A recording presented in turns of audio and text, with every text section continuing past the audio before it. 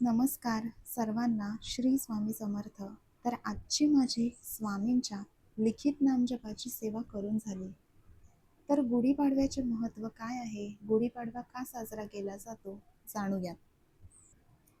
चैत्र शुद्ध 1 चैत्र प्रतिपदा या दिवसाला महाराष्ट्रात गुढीपाडवा म्हणतात. वर्षातील 4 मुहूर्तांपैकी हा एक मुहूर्त आहे. चैत्र हा हिंदूंच्या कालगणनेनुसार वर्षातला पहिला महिना.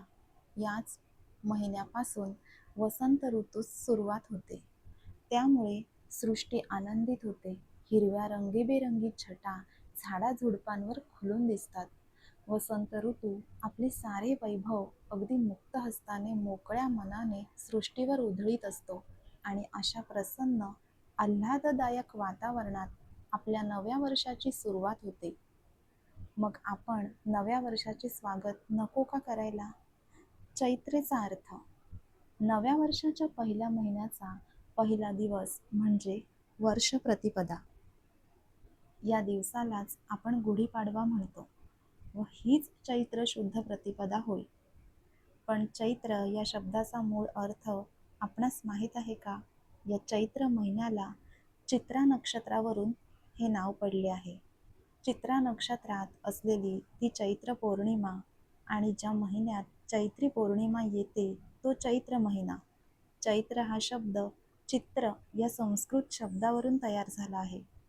वसंत ऋतूत सृष्टीची शोभा विविध रूपाने वाढलेली असते. हिंदू संस्कृतीतील पहिला सण हा गुढीपाडवा आणि सर्वात महत्त्वाचे म्हणजे आपण महाराष्ट्रात जे शालिवाहन शके पद्धत वापरतो म्हणून वर्षारंभाला गुढीपाडवा हा 4 मुहूर्तांपैकी एक मानला जातो. गुढीपाडवा हा 2 अक्षरांनी बनलेला आहे. गुढी म्हणजे स्वातंत्र्याची ध्वजा व पाडवा म्हणजे विजय ध्वज. याच दिवशी ब्रह्मदेवाने जग उत्पन्न केले, सृष्टी निर्माण केली. प्रभू रामचंद्रांनी आपला 14 वर्षाचा वनवास संपवून रावणाचा वध करून याच दिवशी अयोध्या नगरीत प्रवेश केला.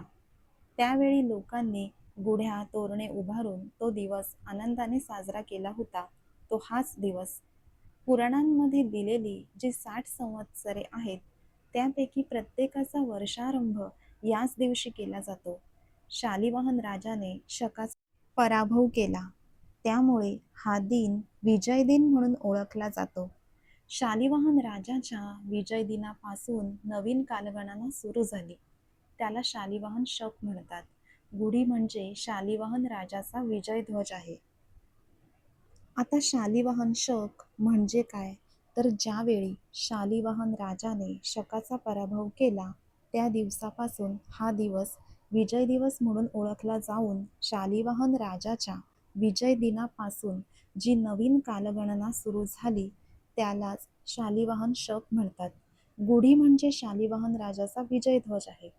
तर आता हेच जे शालिवाहन शके चालू आहे ते म्हणजे फाल्गुन शके 1947 आणि आता बघा मार्च महिन्यातच 19 तारखेपासून म्हणजेच गुढीपाडव्यापासून चैत्र शके 1948 चालू होणार आहे. याचा अर्थ असा की 1 जानेवारीला 2026 जसे सुरू झाले तसेच कॅलेंडरनुसार हे शालिवाहन शक्य आहे ते दरवर्षी चैत्र गुढीपाडव्यालाच बदलते. आता चालू होणार आहे ते म्हणजे शके 1948. तर आपण प्रत्येकाला मराठी माणसाला हे लक्षात असावे. म्हणजे एकमेकांशी असे आपण म्हणू शकतो, बोलू शकतो की आता कोणते वर्ष चालू आहे तर मार्च 2026 आणि शके 1948. बोलून बघा, बोलायची सुरुवात करा. यात सुद्धा एक आनंद आहे. याची आणखीन एक कथा आहे. प्राचीन काळी चेदी देशात वसु नावाचा राजा राज्य करीत होता. धर्मपालन करणारा राजा तपश्चर्या करत असताना त्याला देवांकडून वेळूची काठी मिळाली. त्या राजाने त्या काठीला शृंगारून भक्तिभावाने तिची पूजा करून ती आपल्या राजभवनासमोर उभी केली. तेव्हापासून गुढी उभारण्याची प्रथा सुरू आहे. तर अशी ही गुढी आपल्याला काय सांगते? नवीन वर्ष सुरू झालंय, नवीन विचार करा, नवीन संकल्प करा, सद्विचार सदाचार याची झेप घ्या. आकाशाला गवसणी घाला. मी जशी उंच आहे, निळ्या निळ्या आकाशाशी नाते सांगते आहे, तशी तुमची प्रगती होऊ द्या. सेवेत सातत्य असू द्या. या दिवशी सर्व सेवेकऱ्यांनी सूर्योदयापूर्वी अभ्यंग स्नान करून कडुलिंबाचा कोवळा पाला, फुले स्वच्छ धुवून गुढीच्या टोकाला सोवळे किंवा कोरे वस्त्र कडुलिंबाच्या पाल्यासहित बांधावे. त्यावर एक तांब्याचा कलश पालथा ठेवावा. त्याला साखरेचे कंकण हार घालावे व पुढील ध्यानमंत्र म्हणावा. ध्यानमंत्र. ब्रह्मध्वज नमस्तेस्तु सर्वाभीष्टफलप्रद प्राप्तेस्मिन्वत्सरे नित्यं मदगृहे मंगलम कुरु. हा मंत्र म्हणून झाल्यावर ओम ब्रह्मध्वजाय नमः या मंत्राने गुढीची पंचोपचार पूजा करावी. पूजा झाल्यावर गुढी घराबाहेर उंच ठिकाणी उभारावी. नंतर नवीन पंचांगाचे पूजन करावे.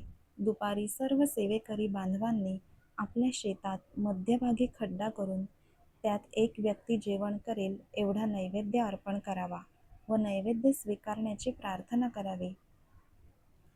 नंतर एक वडाची मुळी व रंगारी हिरडा कुटुंब प्रमुखाने हातात धरून त्यावर एक माळ सामुदायिक श्री स्वामी समर्थ श्री स्वामी समर्थ या मंत्राचा जप करावा. नंतर त्याची पंचोपचार पूजा करावी. त्या वस्तू लाल कापडात बांधून घराचे प्रवेशद्वाराचे आत चौकटीच्या खिळ्यास टांगावे.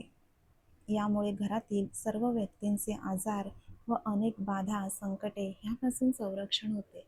तर आता हा रंगारी हिरडा आणि ही वडाच्या झाडाची मुळी हे आपल्याला केंद्रामध्ये पोटलीसहित मिळते.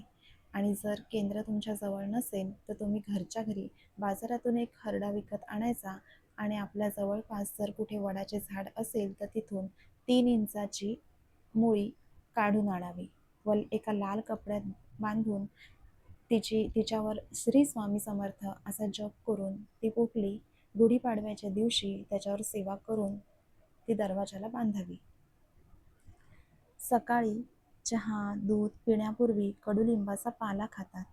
तो फार कडू असतो म्हणून त्याबरोबर गूळ देखील खाल्ला जातो. हा पाला कडू असला तरी आयुर्वेद शास्त्राच्या दृष्टीने अत्यंत गुणकारी आहे. तो खाल्ल्याने आरोग्य, बल, बुद्धी आणि तेज वाढते. कडुलिंबाचा पाला थंड असल्याने थकवा नाहीसा होतो. मेंदूला तरतरी येते. खरे म्हणजे हा गुणकारी पाला खाण्यास याच दिवशी सुरुवात केली तर उत्तम.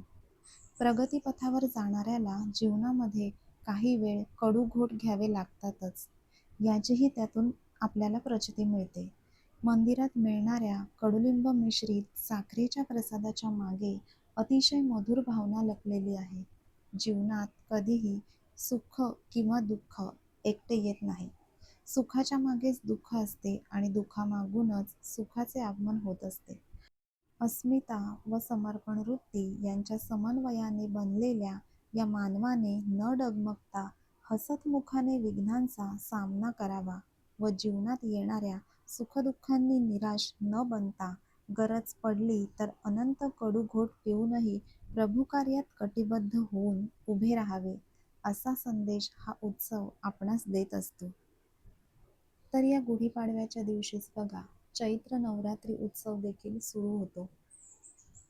त्या दिवशी घराची आपल्याला लवकर उठून साफसफाई करून देवाची पूजा लवकरात लवकर उरकून घ्यायची आहे. जर तुम्ही देवघरामध्ये कलश स्थापन केलेला असेल तर त्या कलशावरचा नारळ या चैत्र नवरात्रीच्या पहिल्या दिवशी नक्कीच बदलावा. एक नवीन पाण्याचा नारळ घेऊन त्यावर त्या दिवशी स्थापन करावा. आपण जर गावात राहत असाल तरी सुद्धा गुढीसमोर हा स्क्रीनवर दिलेला मंत्र म्हणत पूजन करायचे आहे.